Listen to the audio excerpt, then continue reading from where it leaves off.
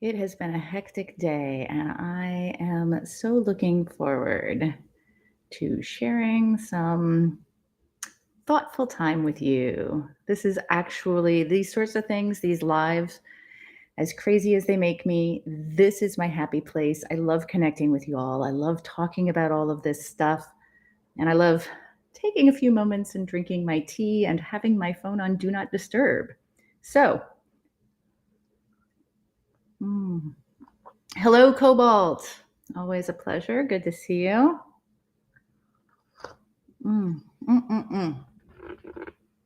Okay. Go ahead and let's get started. Did everyone have a good holiday?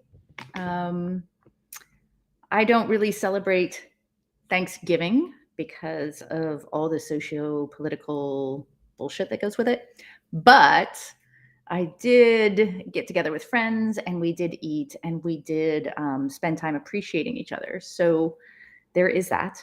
Cobalt asks, how the baked mac and cheese turned out. It turned out fabulously, and even more fabulous because I didn't make it. My partner made it this time. So I made a cranberry curd and white chocolate tart, which also turned out fantastically. So, okay, without any further ado, let me go ahead and get the introduction going. Hello, Sabyasachi, so we can get started today. Hello to everyone. Those of you who know me, those of you who don't know me, I'm Heather. Most of my friends and business associates call me Nookie or Miss Nookie. I have lived a wild and wondrous personal life, and I'm so thankful for that. I write books, I teach classes, I run workshops, and I go live, just like this, um, talking about love, sex, romance, and of course, kink for people of all genders, relationship statuses, orientations, and more. I cannot remember a time when I was not like super curious and adventurous when it comes to how people relate and sex, frankly. And I'm lucky that I have mostly had partners who have been the same. So I've had the opportunity to explore many facets of human relations in loving and creative ways in different areas of the country and around the world. And as most of you know, right now I'm on a huge boundaries kick. And all of my experiences in life thus far have led me to the belief that boundaries are the key to not only saving ourselves, but our relationships. Boundaries are what take us from getting by or merely average to healthy, loving, strong, and fan fucking tastic. So let's get started. As usual, I will kick us off with an introduction. Hold on. Why did it do that? Ooh, escape. I accidentally made myself full screen there. Woo-hoo. I will start off with introduction to the Boundaries book that I'm working on. And then we'll get into things. So, for those of you who aren't yet aware, I am writing my new book, working title, Boundaries Are Sexy as Fuck, right now.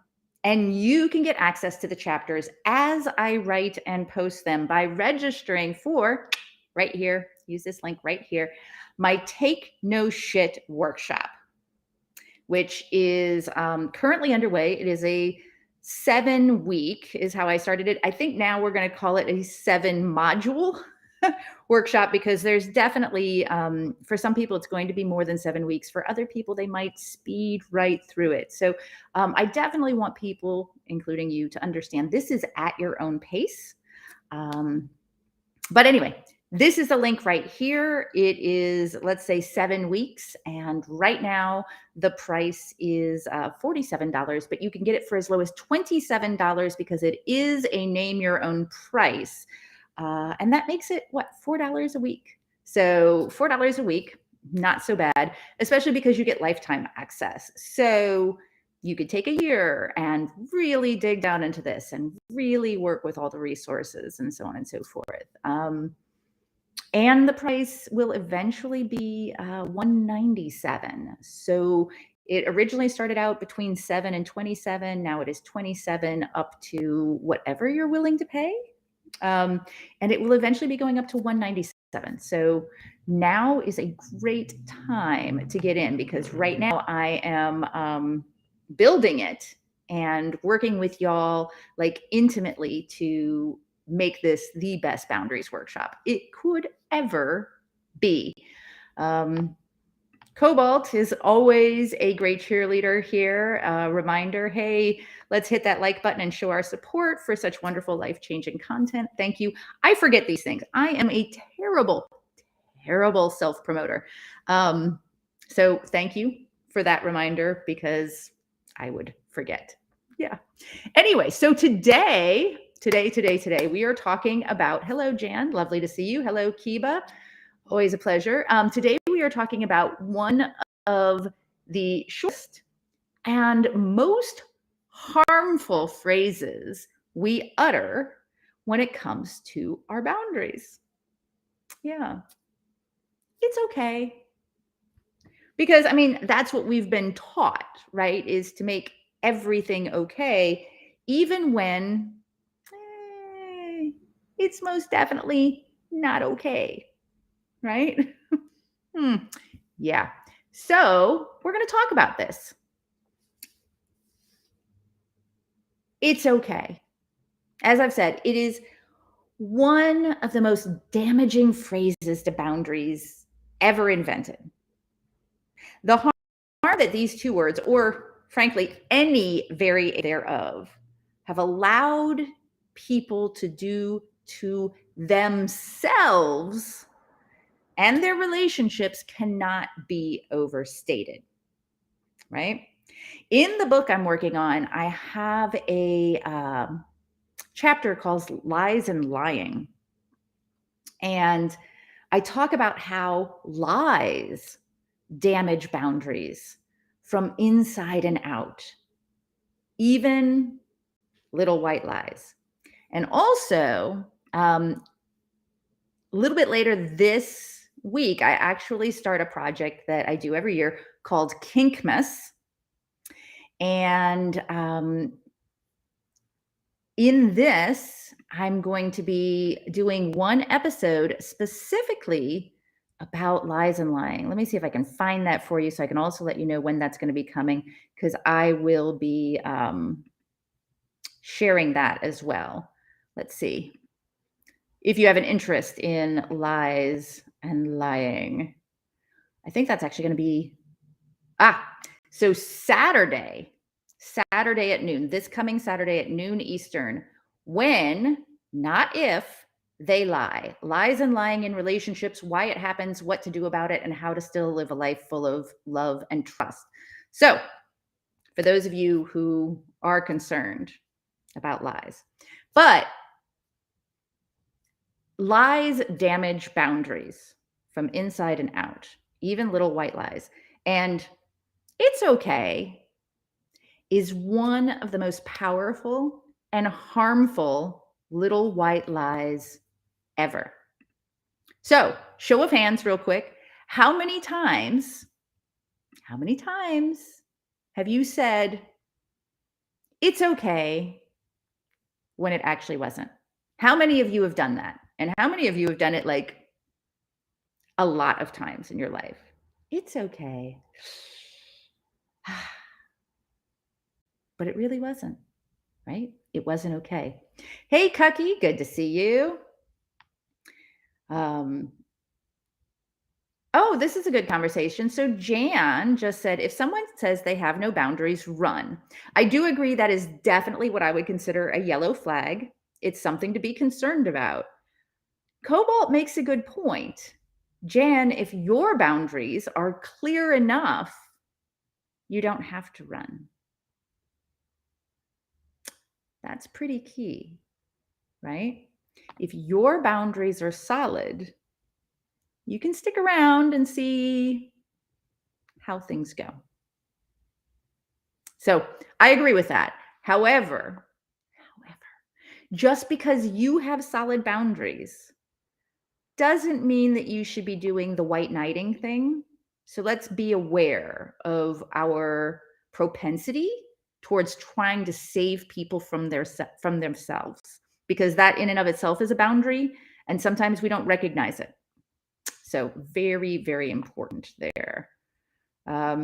Cobalt says, I've been known to go out of my way to protect others from even knowing that they hurt me. So I think that counts. Absolutely. Absolutely. No, no, no. I'll be fine. It's not that big a deal. It's okay. Oh, it's just a little thing. Anything that minimizes harm or damage, right? I think we've pretty much all done that at one point or another. So it's not good for you to do that, right? It's not healthy for you to do that. It wasn't wanted. And when we do that, when we say it's okay, when it's not, slowly by slowly, we give pieces of ourselves away. In relationships, we teach people how to treat us, right? And when we say it's okay, we're teaching them that that's one of the ways they can treat us. And that's what I mean when I say piece after piece of us disappears. Because as soon as we give somebody permission to treat us in a way that is not ideal, we are sublimating ourselves. We are giving ourselves up in favor of them. We're giving up pieces of ourself. So, personally, if I were to try counting how many times I've said, it's okay, when it actually wasn't in my life, I'm not sure I could have counted high enough to answer that question when I started my boundaries journey, right? A Google, maybe, which I think is like 1 with 100 zeros after it. It's a big number. Regardless of hyperbole, I did it far more than was good for me. And you've probably done it far more than is good for you, right? But I didn't know any better. And you probably didn't either. Because you've been socialized to be gracious, to be kind, and to forgive. Right? So you do. But it's to your detriment and to the detriment of building authentic relationships and connections with others. Think about that for a minute. I'm going to catch up on the chat here. Cobalt says, I've been known to go out of my way to protect others from even knowing that they hurt me, so I think that counts. And then said, of course, you can certainly choose to walk away. Kiba asked, Cobalt, do you ever get resentful towards others? At which Cobalt was still typing and says, it builds up resentment, which can blow up under pressure. Yeah. So that's the thing, right? When we say something's okay, and it's definitely not okay, we're harming ourselves because we're putting things under pressure. We're harming our potential relationships because even though it's meant well, it's still a lie, right? So we are lying within our relationships.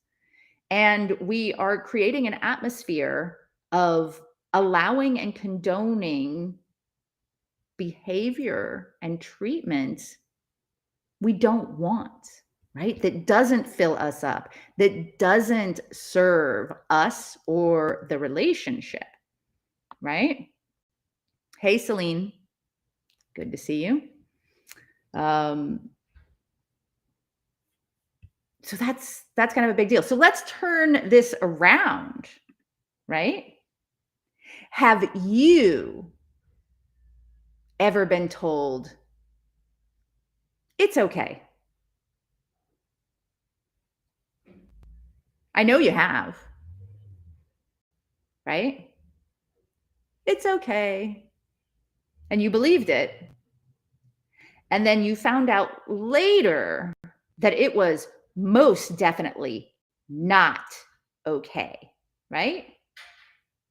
Maybe like something you did was forgiven. Then you found out that they were still holding on to it, right? Like it spilled out during an argument or resentment boiled over during a normal day. So let me ask you this. How did it feel to be on that side of it? Hmm? To know that someone you cared about was still hurting over something you thought was okay, right?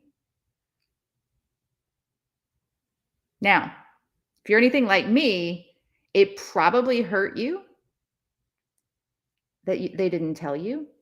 It probably angered you a bit because you were given false information and you acted on that information, right?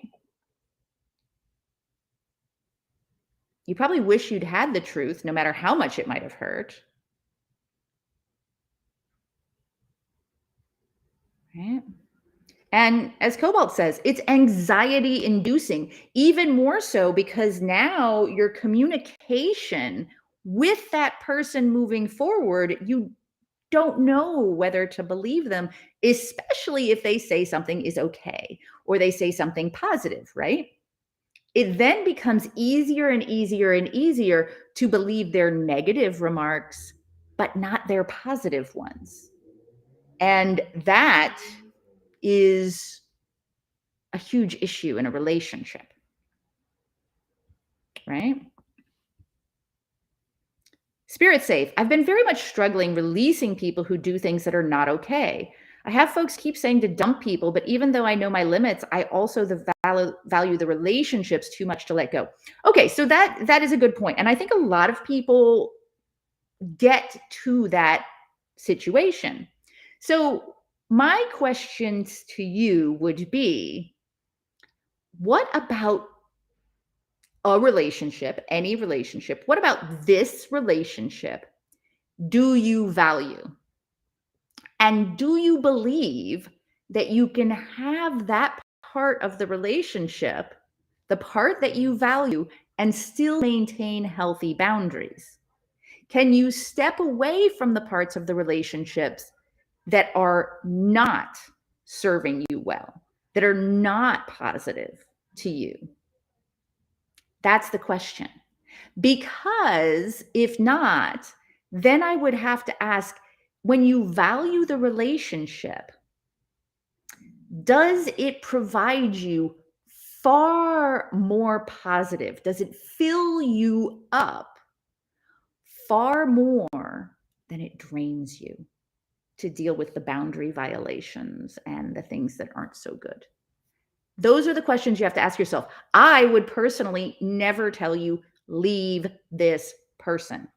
I would suggest that you ask yourself these questions and that you answer them as honestly as possible to yourself, and that you continue asking those questions because over time they might change, right? Kiba says, I fell into trying to mind read for a while, but that's exhausting. Oof, yeah. Now I'll take it's fine at face value, but with the awareness that that might not be true. So I can be more compassionate when they finally do talk. Absolutely. And I think that that's a key. I think that there's um, it's okay. And you move forward thinking it's actually okay. And then there's I'm fine, nothing's wrong. And you say, okay, I'm going to take your word for this because I trust you and I believe you would tell me if something's wrong. And if there is anything that you need to talk to me about anytime, just let me know. right? Because I think that the balance of trusting the people you spend time with, loving them, and honoring their consent to their emotional state is important, while also understanding that sometimes they're not going to be ready to talk about it right that moment. And so trying to make sure they know the doors are always going to be open for that, right?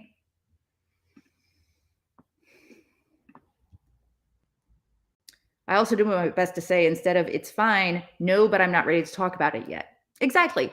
Or "no, but it has nothing to do with you. And I'd love it if you'd spend time cheering me up instead of us talking about this." Right? That's a big thing. Or "I'm not sure how I feel right now, and I'm not quite ready to talk about it, but I will let you know when I am."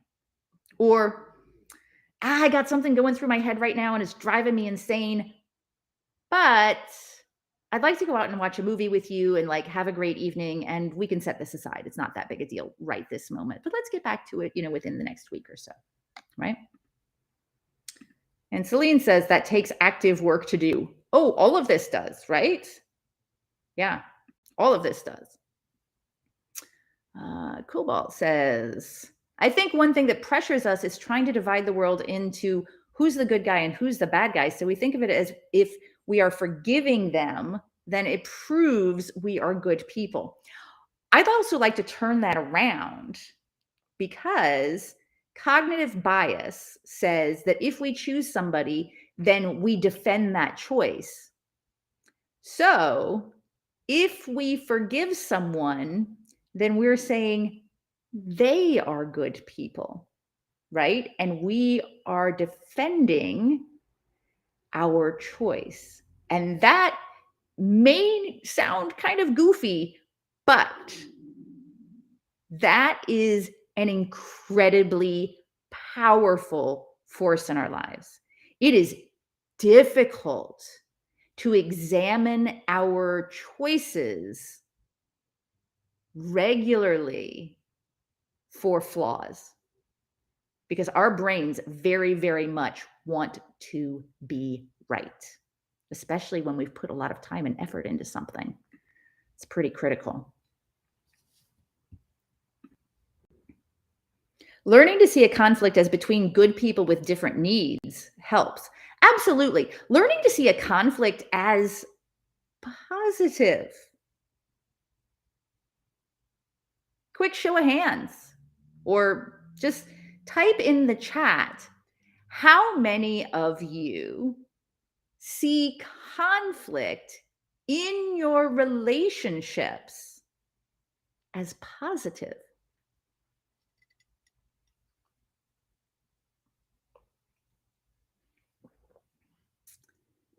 How many of you see conflict in your relationships as positive? Kiba says, "Yay." Good. Good. Here's the thing. Without conflict, we don't know what we need to do to change and grow. Right? Kiba says, "Now I used to be petrified." Literally. Yeah.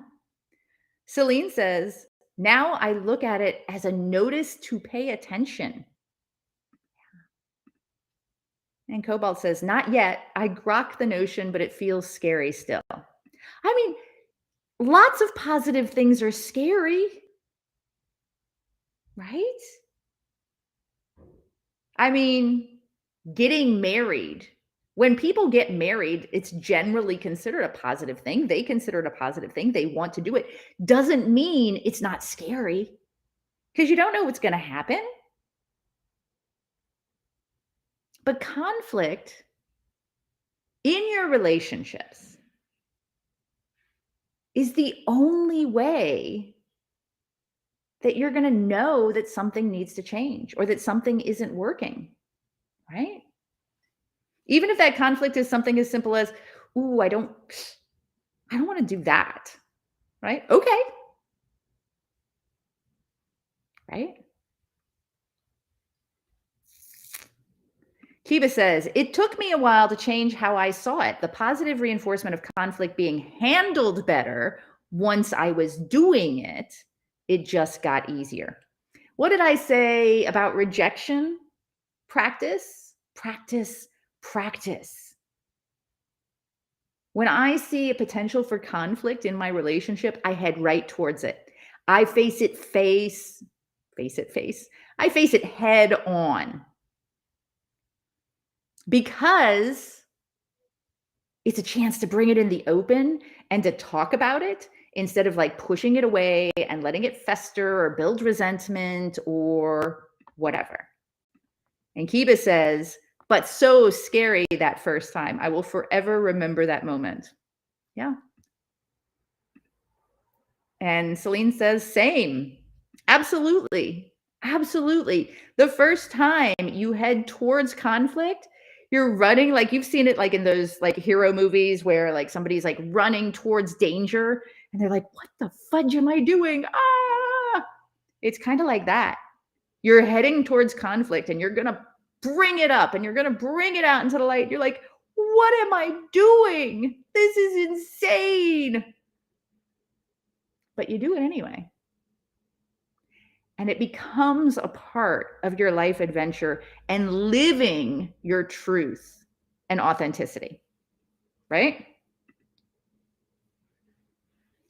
So let's talk about some examples, right? Something super simple.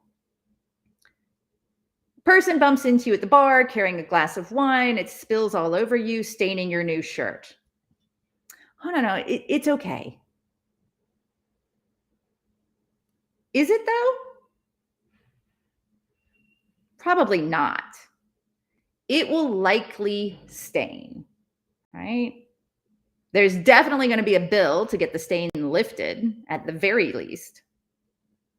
But in this case, maybe you say it's okay because there's not really anything that can be done about it. And there's no blame to be assigned, right? So many of us would probably, for the sake of keeping the peace, say, it's okay. But when we do that, we're not being honest with ourselves and we're not being honest with other people in this world. And that's not good. So, how about, fudge. Well, I'll have to get this clean. No. There's no fault here. None at all. I don't blame you.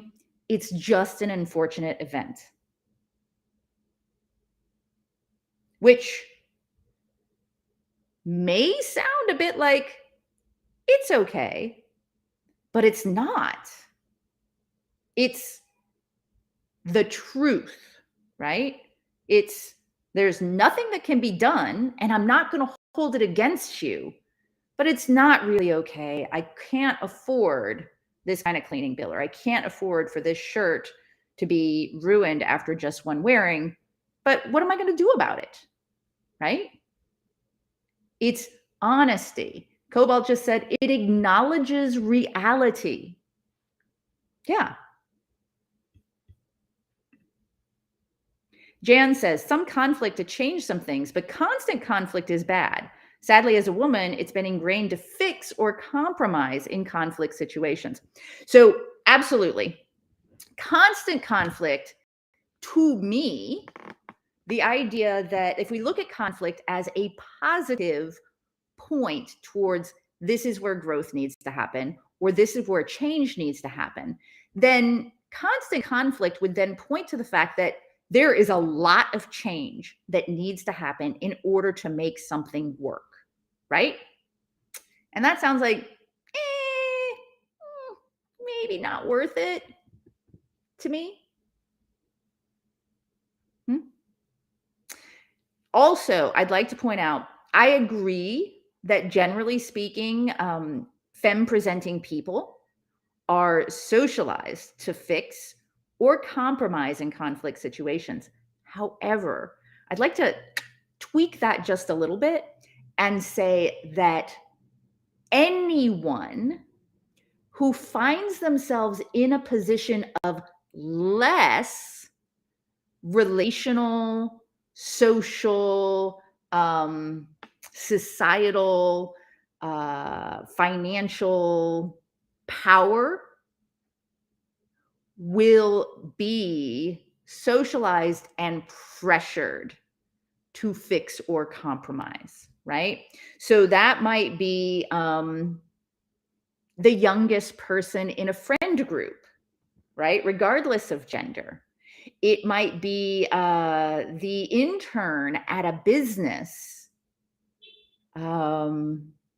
It might be the person of color in a panel of experts, right? So the socialization to fix or compromise in situations tends to roll downhill. The person at the top, whoever that is generally not the person expected to fix or compromise on things, right? And that's regardless of gender. Gender comes into it because, of course, there are a lot of dynamics when it comes to gender. But let's make sure that we acknowledge that there are power dynamics that aren't gendered as well, and that even add to gender. And those happen in our relationships. So that's important to discuss and to think about and to be aware of, right? If somebody is far more intelligent or far more socially attractive or has more social cachet or power or whatever. So, yeah. Cobalt says, I see it's okay as being like declawing a cat. It leads to biting. Ooh, I like that. I like that, y'all. Pay attention to that one. Because when you declaw a cat, you remove the cat's way of defending itself, right? You remove the cat's truth. And then what does the cat have left? Biting, right? I don't declaw my cats. No. Okay, so here's another one. Let's hide that. Someone calls you miss or ma'am or sir or whatever honorific, right?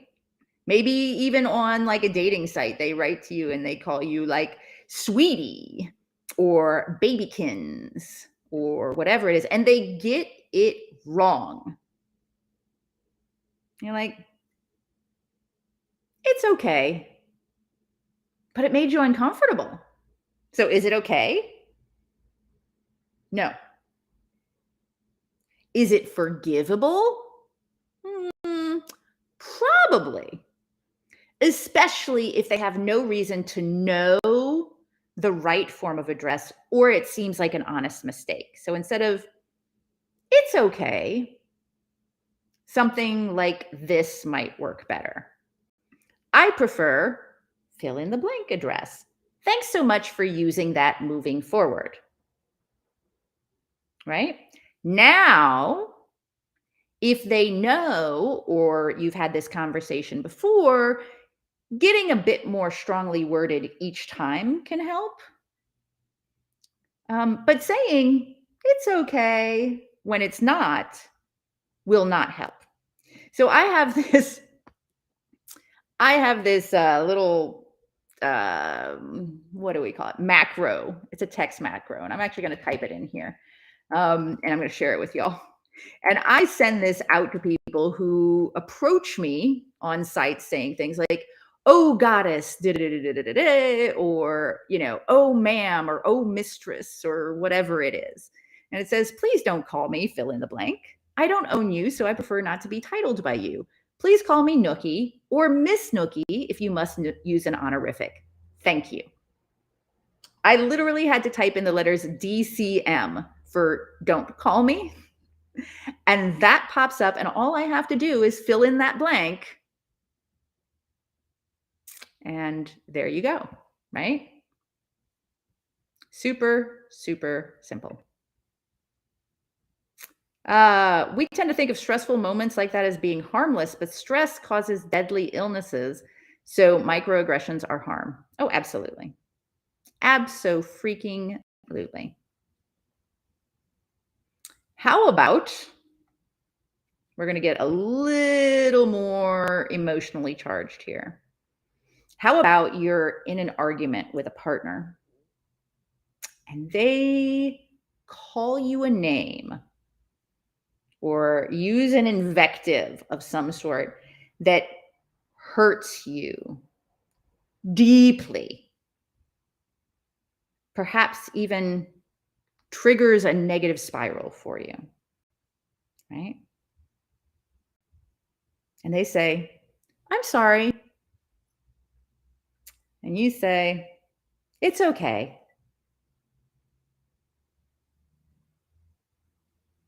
How's that feel to y'all? You ever had that experience? Somebody does something, they're like, I'm sorry. And you're like, it's okay. Mm-hmm. You've probably said that far, far too soon for two reasons. One, you're still hurt. Two, you need a different type of apology, right? So let's look into those a little bit more deeply, right? You're still hurt. It's not okay. You still hurt about it. When you give the okay too soon, it's much harder to actually express that hurt, which means that you won't be able to talk it through, discuss the pain, and how to avoid it. And I'm not saying at all that you should hold a grudge forever, because that's a really freaking bad idea. And it also suggests that you're not dealing with something that needs to be dealt with. Trying to set those things aside too quickly will cripple the authenticity of your relationship. You'll bottle it up before you've even fully processed it. So it won't get better. You've made it okay to hurt you and to say two words, I'm sorry, to get off the hook or whatever. And your partner probably also doesn't actually realize just how much they've harmed you, and therefore can't decide to continue trying to understand, to make it better, or to work at not doing that again. And you don't get the benefit of saying something to them and then watching them try to understand you and try to make it better and work at not doing that again, right? You're not giving them that chance. And you're not learning that they're not going to take that chance if you give it to them. And so you put that off, that particular bit of learning, you put that off over and over and over again until you get to something really huge and your heart gets broken and shattered into a million gazillion pieces. Better to find out with the teeny tiny things, right? The smaller things. Kiba says that's a recipe for resentment. Heck yeah. Aaron says they need to understand why it hurt you. Celine says, I used to say it's okay. Now I tell them that it hurt and I need to take a step back and then we can talk. Yeah. Cobalt says, Sunday, my bestie said something that triggered me. I had to tell him to get the fuck out. GTFO, and followed up talking about why he thought it was okay to kick my inner puppy. But respecting my need for space to calm down, we could work it out quickly. There you go.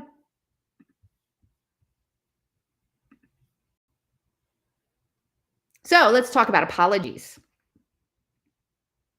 Because when you say it's okay, you've either just accepted their apology or maybe you're this person. You say okay before the apology even comes, right? You're trampling all over your own boundaries and emotions and feelings before anybody else can. Bump. Oh, it's okay. It's okay. Right?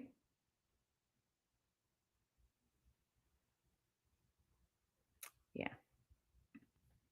So, did you know that people process apologies in different ways? Yeah.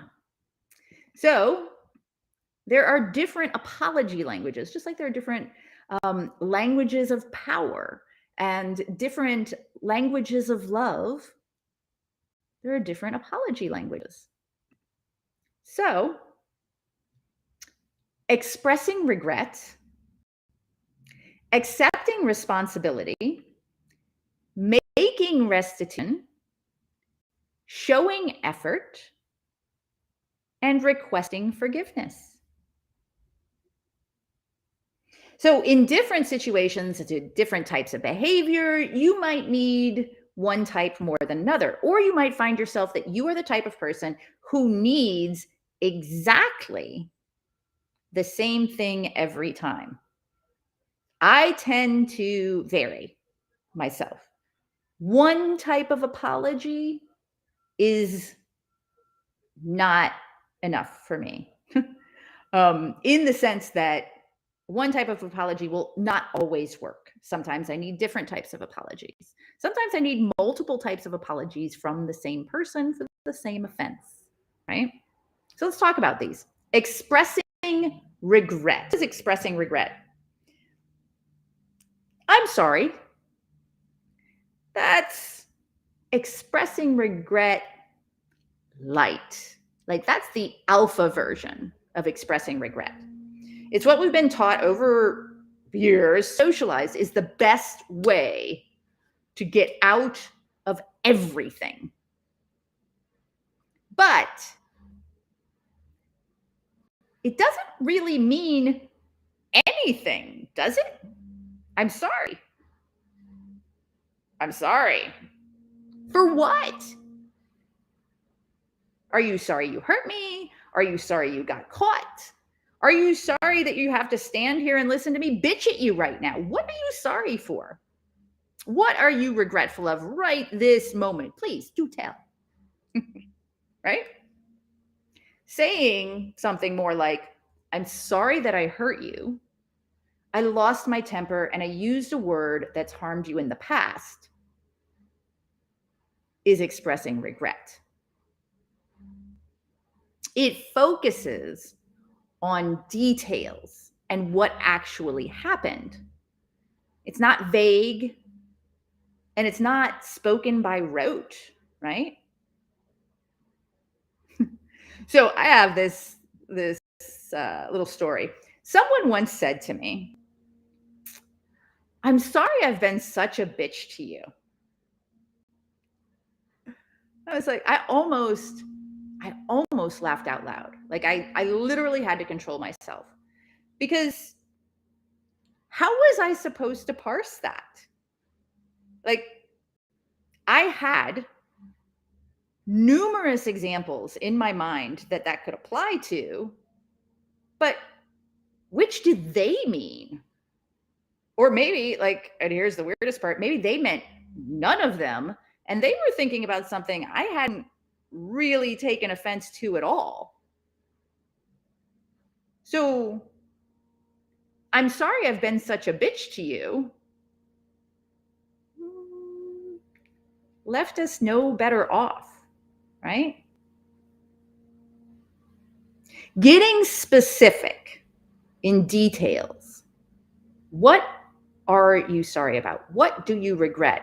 It's still just words, right? But words that show an understanding of the issue and convey regret over it.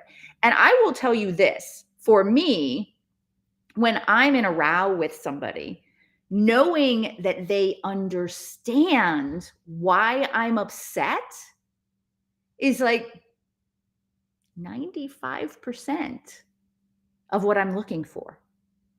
Because if they understand why I'm upset, then their behavior after that is informative to me. Because sometimes I can perfectly understand why somebody's upset.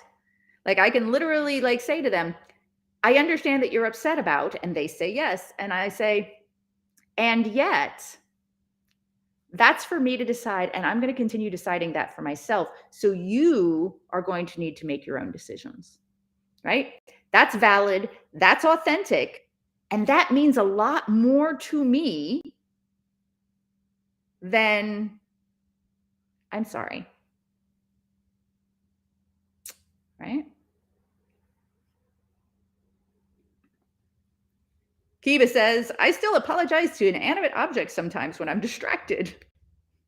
So there's a woman I know who teaches high school psychology and history, and she's working with some very, very young children. Like during the summers, she does like, daycare stuff and so on and so forth. And she knows this young girl, and she says, I am teaching her that we say, I'm sorry when we actually hurt someone. Otherwise, it's pardon me.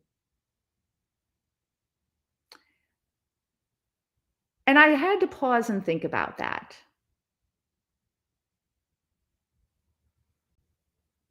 Pardon me. Excuse me. I'm sorry. I don't know if that resonates with you, but I thought I'd throw that out there for those of you who might have that issue of like apologizing for everything. Yeah. The non-apology, I'm sorry you feel that way. I am so sorry you feel that way. Whew. Yeah, not much of an apology though. You're right. That's possibly the sorriest sorry to sorry. Okay, now we're getting a little silly here. Yes, being understood for me is huge, Celine says. It's like that in Japanese too. Gomen nasai versus sumimasen. I don't speak Japanese. But if you'd like to explain that further, that would be nice. Okay. Accepting responsibility. Saying I was wrong is accepting responsibility. Of course, just like with apologizing or expressing regret, it's better to be more specific. I was wrong for using a word that I knew would hurt you because I was upset and I was lashing out. Some accepting responsibility base options include I was wrong about. I shouldn't have done when I fill in the blank did this thing. I wasn't thinking and I should have known better. I have no excuse for, right? For some people, if they don't acknowledge that what they did was wrong, not just that they regret it, then it's not really an apology. And sometimes this will not be possible, which is also important. For example, when you set a boundary for yourself and somebody else takes hurt from it, you're not wrong for setting that boundary. You can express regret that you hurt them, but to say that you are wrong won't happen honestly. So the best you can do is take responsibility. I take full responsibility for the pain that you're feeling right now. You have every right to be angry at me for. You are 100% valid for being upset with me right now. It's a wonderful thing to be able to acknowledge that people can be hurt when we do something that is our right to do and to still hold on to our boundaries. Right? Let's talk about making restitution. Saying, how can I fix this? And then following through is restitution. For some people, words are not enough. Offering to make things right, then actually taking steps is needed. How can I fix this? How can I make this up to you?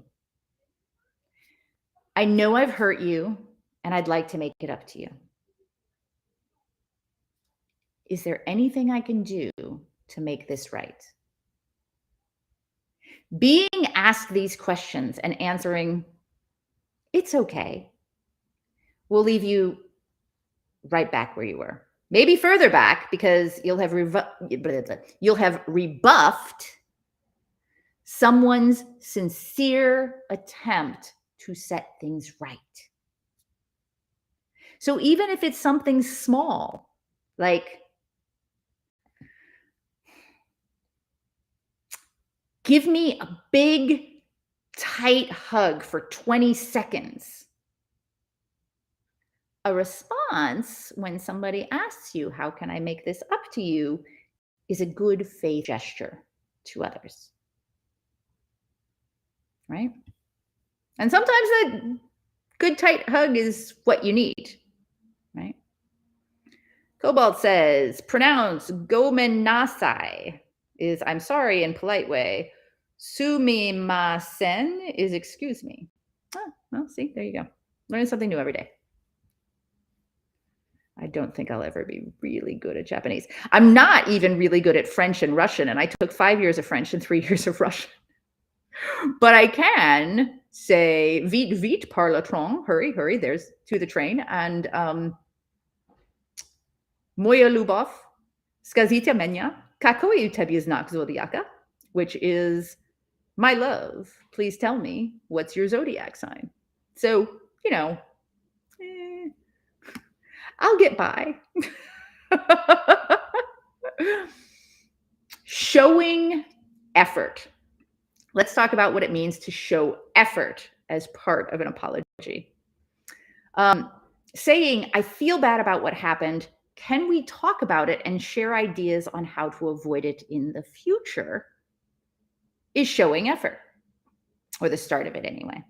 So, can we put together a plan that will help me in the future? Is there a word you can use to signal me and let me know if I forget again? I'll do my best to not only not repeat that pattern, but to let you know that I recognize it when it starts. And will you work with me on calling me out? And so on. Because we've all been there. They say, I'm sorry. They offer regret. And then they do it again. Without showing effort, it's like, okay, so here you are doing it again. Sorry isn't enough at that point. For some people, I'm sorry is never enough. Effort is where a true apology begins for them. Right? Do you like effort? I mean, I tell people that you're not going to always get it right, but effort matters. Showing that you're trying to get it right. absolutely matters. My hair. I think that's going to be my biggest pet peeve on video. I constantly play with my hair because it drives me crazy. Yeah. Hello, Shan. This is not the topic to discuss that. You are welcome to reach out to me directly in another format, and I will be happy to talk with you about that. But today we're talking about boundaries and relationships and apologies. So, the fifth form of apology, requesting forgiveness. Saying, "Will you forgive me?" is requesting forgiveness. For some people, saying, "I'm sorry," is asking for forgiveness, but for others, it needs to be more explicit. Will you forgive me? I hope you can find it in your heart to forgive me. I'd love to move forward. What can I do to earn forgiveness? Do you think we can move past this? If so, how? For some people, this is going to seem like overkill. For others, though, asking for forgiveness is required for an apology to be complete. Okay. So, oh, wait, here's a good one. Or regret and self-flagellation demanding you now caretake their feelings. 100%. So sometimes when you require more of an apology, people will start to get frustrated. And then they will try to turn it around and saying, you are being unreasonable for not getting over it, and how hurt they are that you're not accepting their apology. And they're trying to make you caretake their feelings and lower your boundaries, all in one fell swoop. And you know what? They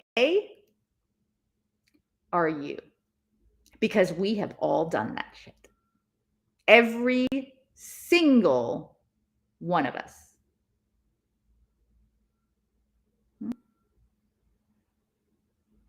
Every one of us has done that. Every one of us has gotten to the point in a conversation where we're trying to apologize and we're frustrated, and then we like turn it around and say, you don't have this right, and try to make ourselves the center of attention and try to overcome whatever it is they're doing. We've all done it.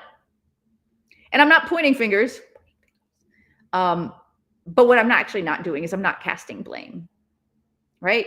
Because again, this is a manipulation we learned from others. It works. And we don't think about the harm getting out of that situation, ending that conversation,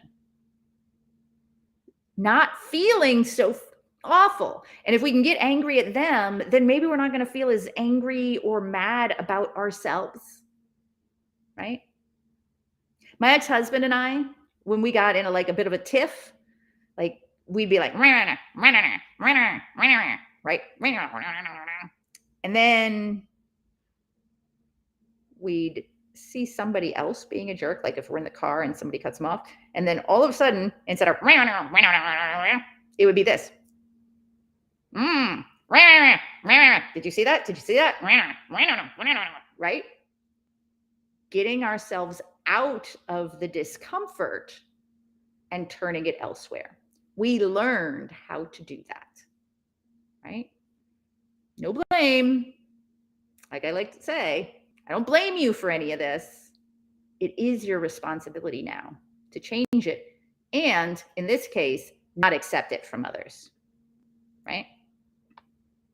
Celine says, that dang merry-go-round that feels like it will never end. Ooh, I hear you, sister. I do. So the upshot of this today is stop saying yes and okay when you should be saying no thanks and fuck all the way off, right? Be honest, which could sound both obvious and probably a bit threatening all at the same time. Be honest. I'm not quite over this. I still have processing to do to sort out my feelings. I'll get back to you. Saying sorry isn't going to make this better. Giving me a hug and promising me that you'll try very hard to never do this again will go a long way, though. I'll be honest with you. I'm going to be upset about this for a while. Some wounds just take longer to heal. Taking steps to make sure it doesn't happen again and really putting in effort means a lot to me, though. The challenge is that this is a sort of boundary setting on its own. And like any other, it can feel to others like rejection. It's sometimes much easier to let things go in the moment. And you'll do it. I promise. Out of habit, if nothing else. But you can walk that back anytime. Hey, I've been thinking about what happened yesterday, and I know I said it's okay, but I realized I'm not quite as okay as I thought. Could we talk a bit more about it? Last week, I said I forgave you, and I really, really wanted to forgive you. I'm honestly not quite there yet. Could we discuss what it will take to avoid that in the future? And so on. Or even, I've been thinking about what you said, and I know that I said it was no big deal. After some serious thought, though, I'd like to cordially invite you to fuck right off. Right? That may be a bit extreme, but sometimes extreme is the way to go. Especially with people who see your boundary setting as a challenge to overcome. If you say, don't call me on Saturday, and they honor it for 1 or 2 weekends, and then they'll call you on Saturday, oh, I forgot, they'll say. Maybe they did. Maybe they just don't care. Maybe they lied to begin with and they had no important reason to call you on those other Saturdays. It's hard to tell when they're telling the truth or when they're lying, right? You could waste a lot of time trying to figure out, were they lying to me? And remember, Saturday at noon Eastern, right here, same bad time, same bad channel, I'm going to be talking about when they lie.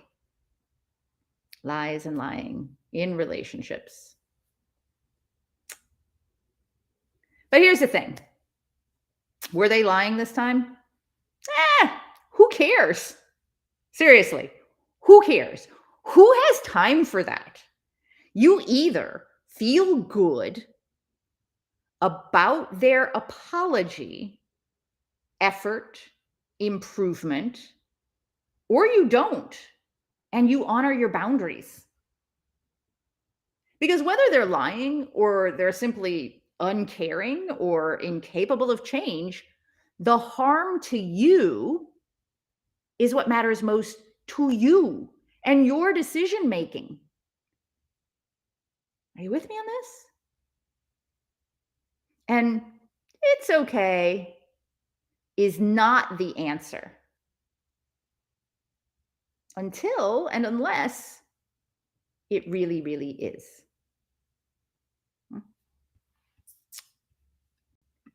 Cobalt says, oh, wait, Saturday or Thursday? So Thursday is a regular boundaries Q&A, and that's going to be the 4 stages of boundary setting. Saturday, I'm doing the 12 days of Kinkmas, and at noon, I will be talking about lies and lying and when people lie in relationships and all those things that go along with it. So think of that as like a bonus boundaries, lies sort of thing. Yeah. Chris says, I always implement on people that short, detailed answers go a long way. Simple, short words have strong impact to fix things. Cobalt says, I'm learning how to forgive myself even if someone isn't ready or willing to forgive me. That's pretty key. Yeah. Aaron says, expressing regret, accepting responsibility, making restitution, showing effort, requesting forgiveness. Let's see. Now that you asked that, I'm like, oh, what was it? I think you got it all, actually. Let me go up here. Let me just double check my own list. Expressing regret, accepting responsibility, making restitution, showing effort, requesting forgiveness. There you go. You got it.